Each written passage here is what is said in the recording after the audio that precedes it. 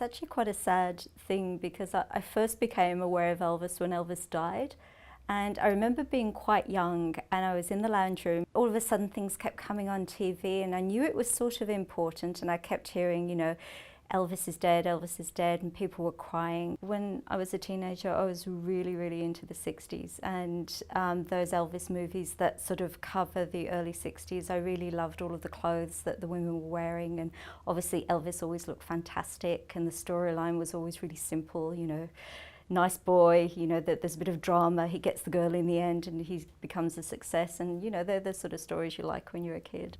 I sort of vary with which period I'm in love with at any one time. I guess because of the Elvis at 21 exhibition, I'm sort of whizzing back into the 50s and my love affair with 50s clothes. But I love the 30s, I love the 20s, I particularly love the 1940s. It's a really interesting period. So I guess I started collecting at quite a young age, which means that I stole things from my grandma's closet and my mother's closet, and I kept them, and I've still got a lot of them.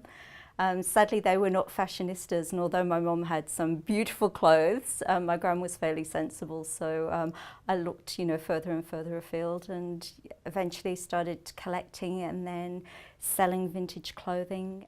I think a lot of Elvis got lost maybe after 21 because he became so famous so suddenly, and then did a stint in the army, came back, career took off again, did all of those movies, comeback tour. There never seemed to be a break when Elvis could go back to being Elvis, and I guess no other artist before him had really experienced that kind of fame.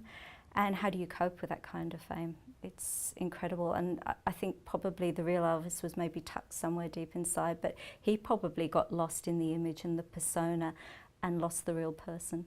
Alfred Wertheimer, the photographer, had an opportunity just to capture Elvis at that very moment when he, before he became truly, truly famous, and also before his manager really put the gates down on people getting too close to his star. So Alfred had unprecedented access to Elvis, and Elvis was an amazing subject. Well, according to Alfred Wertheimer, he was an amazing subject because he wasn't very conscious of the camera, and Alfred was able to get really close to him and take really candid shots. It's obviously going to attract an audience maybe that the portrait gallery hasn't had before, and I think lots of people that maybe thought art galleries were not for them and maybe didn't show the things that they might be interested in will be in for a shock, because it is a great exhibition.